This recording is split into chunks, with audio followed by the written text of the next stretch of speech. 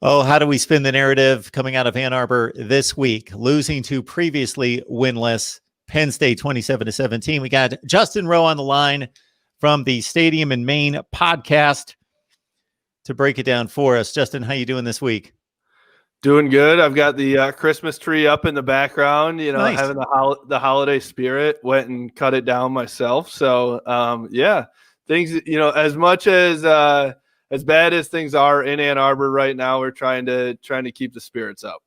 Yes, when you're able to have the holiday spirits as a Michigan fan, that really shows some gumption, some will to look at exactly every Saturday. Exactly. And I mean, especially after, last weekend, normally Thanksgiving weekend is the Ohio State weekend. I think I said it last week. I said, oh, well, now Michigan finally has a chance to win that game on Thanksgiving weekend. Turns out even against an 0-5 Penn State, no Michigan fans get to have an enjoyable weekend there. Folks, please like the videos. It helps us with the algorithms here on YouTube. Comment, share the videos on social media, and subscribe right here at MarkRogersTV, the voice of college football.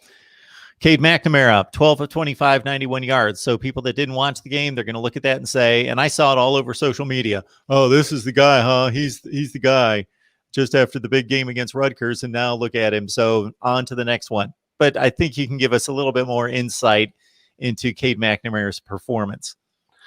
Yeah, I mean, I thought that in the first quarter and a half, he actually played pretty well. I don't think he played as well as he did against Rutgers, where he was just pretty much lights out when he came in for Joe Milton. But before he went down with a shoulder injury, he was playing well, and the offense was moving the ball. They scored. Hassan Haskins was, a big part of that as well, but he was throwing, on the money. He was throwing on time, which has been a problem for Joe Milton in the past. I thought that if Cade McNamara was healthy, this is probably a really different game for Michigan. But then, midway through the second quarter, he gets tackled he's trying to dive for the end zone, essentially, gets tackled, lands on his shoulder. He's struggling. He tries to go back out actually for a little bit, and then it just isn't working, so he had to get pulled. He went into the locker room early and then actually did come out after halftime, even though that shoulder was not 100%. So Joe Milton did come in. I thought that Joe Milton, and we were just talking about this, I thought Joe Milton looked as bad as ever. And I hate to harp on a kid like that, as I think he's a good kid and he does still have potential, but he came in, went 1 for 3. His first pass went to Ronnie Bell on a short route, and then Ronnie Bell turned it up for 21 yards. But then the next 2 throws of his, one he sailed over his head on an 8-yard out route, and then basically the same route.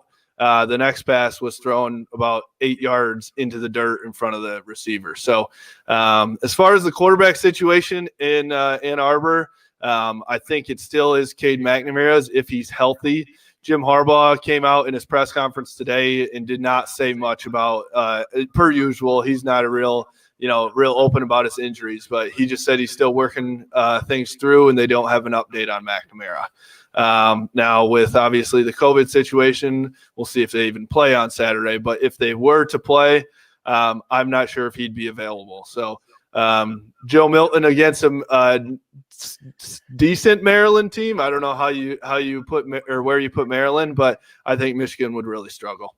Yeah, Maryland's never decent. They're either really good or they're horrible. I think they Exactly. have two places to be. So we'll see what we get out of them this weekend. We'll talk about them in a second. But so the quarterback position is different than the other positions because everybody's looking at it, and the coaches, for as much as they like to bring back for the public and for the media and the fans the quarterback position into the rest of the groupings and say, hey, we evaluate in left guard, outside linebacker. We do the same evaluation. It is somewhat different. And when you get a struggling team because that guy's supposed to be the leader, then there's sometimes quarterback situations that where there's a decision made with the thought that, hey, we've kind of gone with this guy. Let's stay with this guy, even though we think the other guy still is a a competitor for the job next year, and we'll reevaluate and go back to it. But we've got a sample size now of 141 passes for Joe Milton, about half that many, 71 for Cade McNamara. It sounds like you've made a determination that Cade McNamara is just a better player than Joe Milton. From the eye test, he is. And it's not even just the athletic ability, which I think that, Joe Milton, obviously, if you look at on paper, you're thinking, how is this guy not the guy, right? 6'5", 245 pounds, has a cannon for an arm, but he just couldn't put it together. He can't get the touch throws, which was what we were told he worked on all offseason.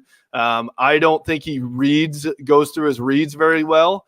And so Cade McNamara comes in and he looks a million times more prepared than Joe Milton ever did. He has his reads. He's locked into guys. He gets the ball out in time, especially with an inexperienced offensive line.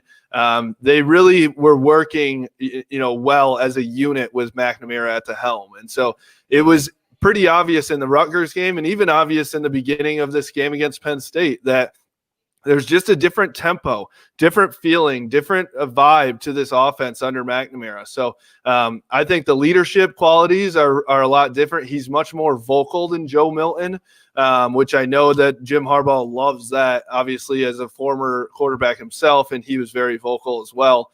So he loved that. There were some things that came out about McNamara as well, that even when he wasn't starting, he was preparing all week. He had his play sheet with him at all times, and he had a whole routine of Sunday, Monday, he's going through a couple things. Tuesday, Wednesday, he's going through, he's first and second down things on Sunday, Monday, third and fourth down things on Tuesday, Wednesday, and then putting it all together Thursday, Friday.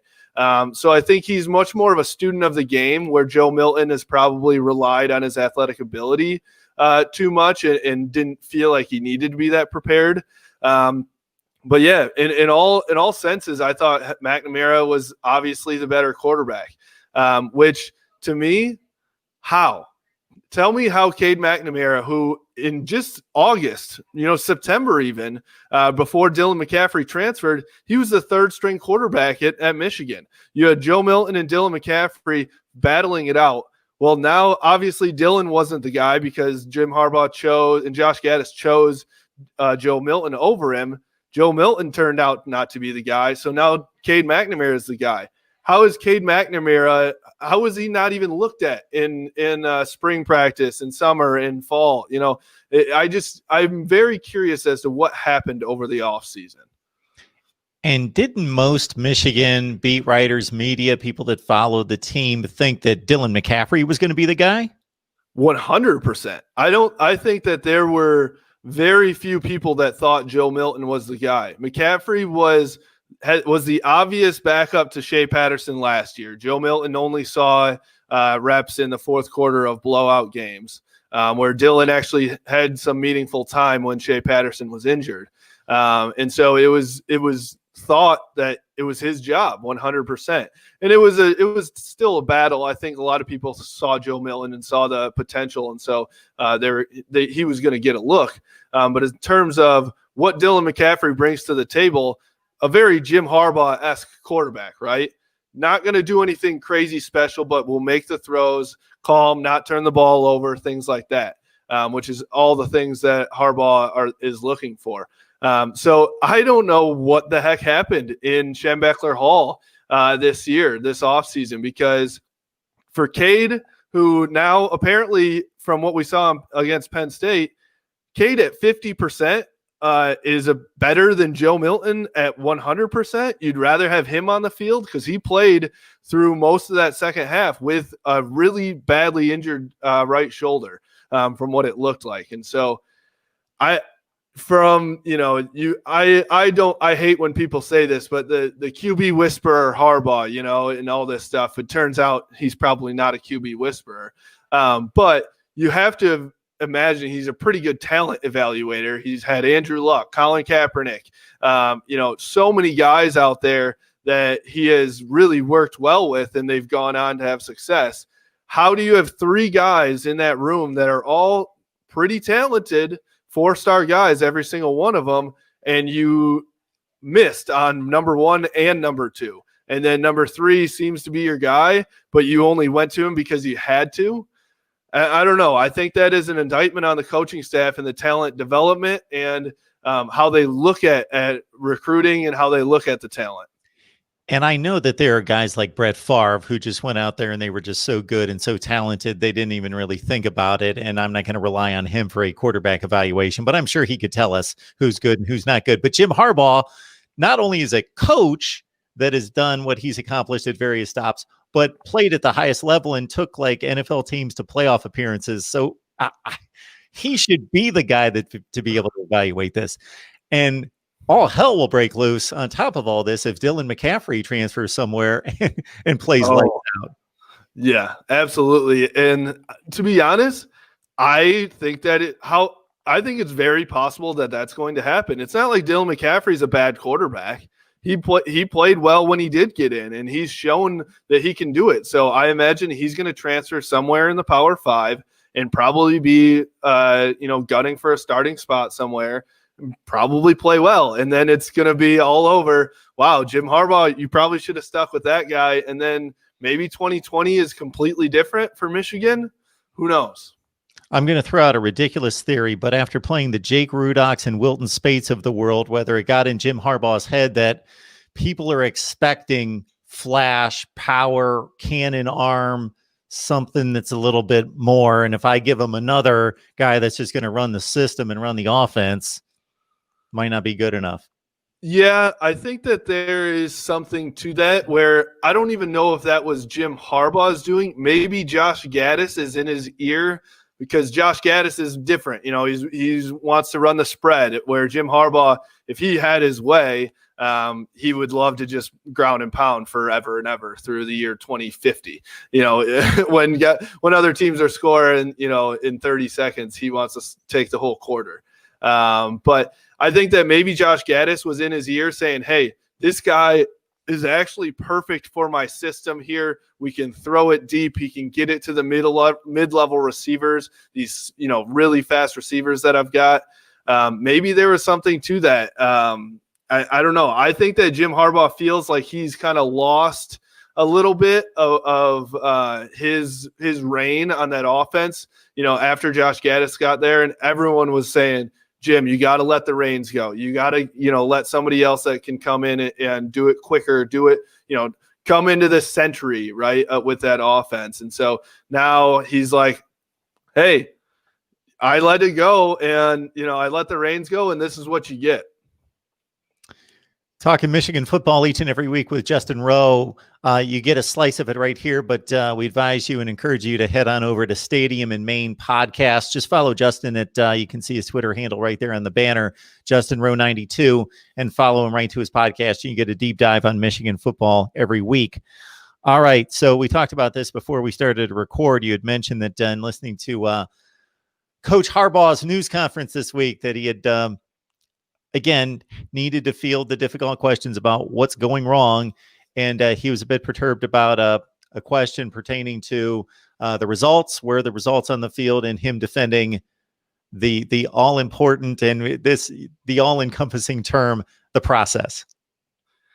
Yeah, so he came out and said it was Angelique Chengelis of the Detroit Free Press, and she was asking him about, what are some of those things that are that are missing from this team, the energy, the passion, the enthusiasm, things like that, from a guy that his whole mantra is attack every day with an enthusiasm unknown to mankind. And so he gets asked that, and he kind of goes off in a little bit different direction, which he does with just about every question he's asked.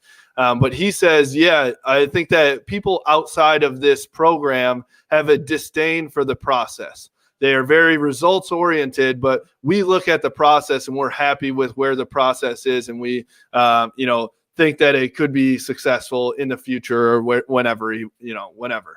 To me, if you're talking about the process in years 2 and 3, absolutely. I'll trust you, Jim. You've obviously had success elsewhere. Maybe if they had struggled even more than they did in years 1, 2, and 3, which they really didn't, those were probably his best years, actually, looking back on it.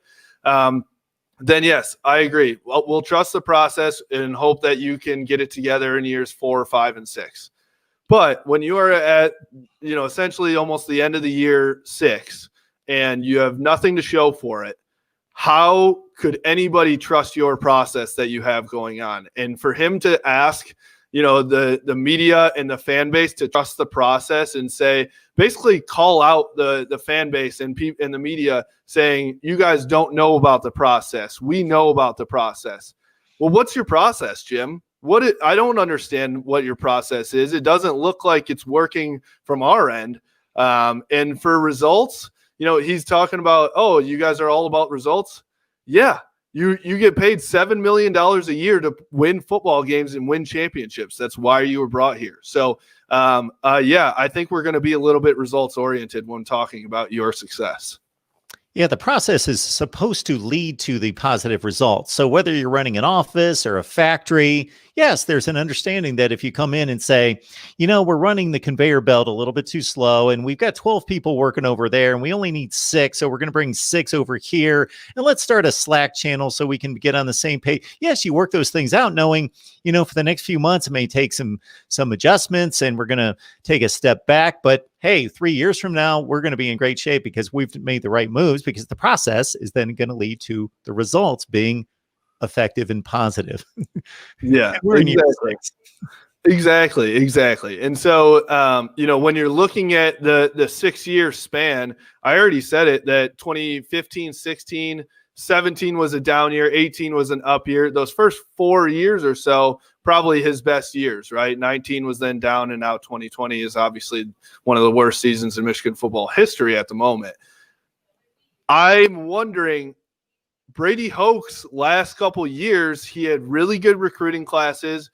So Jim Harbaugh had a lot to come in and work with, especially with those transfers that he brought in and Jake Rudock and things like that. So was it just they needed a little bit more coaching? He really was getting more out of those four-star guys that Brady Hoke brought in, and his position coaches were doing well. And now that he's actually instilled his culture into Michigan, it's not working because Jim Harbaugh's culture over the years has not worked anywhere. He got ran out of San Francisco after only a few years, even though they're really successful. And everyone says it was in big part due to his culture there. Stanford, he was only there for 4 years, won big, and then moved on to the NFL. I haven't heard a whole lot from Stanford on the culture, but from the 49ers, to run the guy out of town after he brought you to back-to-back, NFC championships and a Super Bowl, it just says a lot to me now. And I think Michigan should have probably taken a look at that, and I'm sure they did. But now I'm just wondering, now that you've worked your process has led us to 2020. So I think it's only on you at this point. You can't blame any outside factors. Yeah, if any program or team, whether the NFL or college football, has just a few tweaks, has the personnel in place, maybe they need a little motivation. Maybe Jim Harbaugh is the guy to sign for 2 to 3 years and then get him out of town. Maybe he's your guy. And on the other front, Brady Hoke, just as a sideline note here, I thought that 2012 team was very underrated. They only went 8-5, took a South Carolina team to the last few seconds of the game, almost beat Ohio State, an undefeated team, Notre Dame BCS championship game, but I digress. I just always thought that Michigan team was much better than 8-5 that 2012 season. All right, we got Justin Rowe on the line talking Michigan football, and let's look to 2021. Let's spin this positive as we end the conversation here. Breakout players for 2021, or somebody that you feel on both sides of the ball just really has shown you something that you feel good about them really becoming, maybe whether it goes from role player to impact player or from impact player to star. Yeah. On the offensive side of the ball, we already talked about him, but I do think Cade McNamara can be a true, top of the Big Ten type quarterback. His preparation levels are off the charts, and he's only going to get better. He's going to, figure out how to read the defenses, the mistakes that he has made, which really haven't been a whole lot. I think are going to be, lessened. And then really just leading the offense. I think that's what Michigan has kind of been missing. Shea Patterson, even though now Michigan fans are wishing they had Shea Patterson, right? Where last year they wanted him gone. It's always, the grass is always greener for Michigan fans. But I think that he wasn't a vocal, leader guy, where Cade McNamara has that, which I think really puts them a little bit over the edge on the offensive side of the ball. And he has a ton of weapons, I'll tell you that, on the offense too. One of those is Hassan Haskins as well. Hassan Haskins was a linebacker coming into Michigan, got flipped over to the running back side. He, Zach Charbonnet, a freshman last year, was the number one back and then got banged up. Hassan Haskins came in and just never gave that position back to Charbonnet, really, as much as Charbonnet probably wanted it. And so he's a guy that just runs downhill and hard. He gets squeaky yardage all the time, finds a hole, makes great cuts. He, just kind of an unexpected guy that has carried the load for Michigan. And finally, in the last two games, Josh Gaddis has actually given him the number of carries that we've wanted him to get. And he's proven to be the guy, even with that extra load. I would even go as far as Blake Corum, the third running back as well. He could be in 2021 a really good, piece. Maybe, like you said, going from a role player to actually being, the second back or something like that. On the defensive side of the ball, no surprise here, but 5-star Daxton Hill is the real deal. He is one of the lone bright spots on that defense right now. He makes plays. I want to go back and look at the film. I'd love to count the number of tackles he makes from the safety position when he starts pretty much the farthest person away from the ball and still ends up coming across the field and making the tackle, which is, cheers to him, but also it's a detriment to the linebacker play of Michigan right now. But he has been a saving grace a lot of the time for Michigan when those big plays are coming on. And then another one in the secondary that we talked about in the early games here really, really struggled. But Jamon Greene has come on, and with 0 games started before this season, he did struggle in games 2, 3, and 4, against Michigan State. Obviously, Vincent Gray on the other side wasn't having a great year either. He has definitely gotten better as well. But Jamon Greene played, I think, from Pro Football Focus, he had a 90 grade. So to have a 90 grade after the first couple games, where he was probably more in the 30s or 40s is a big thing. And I think that he could be a breakout star, and that secondary could look a lot different in 2021. Good stuff as always from Justin Rowe, Stadium and Main podcast. Just follow him on Twitter at JustinRowe92, as you see on the banner there. Again, subscribe right here. We get what we believe is the best discussion, debate, and analysis of college football each and every day. Justin, we appreciate you stopping by as always. Yep. Thanks for having me.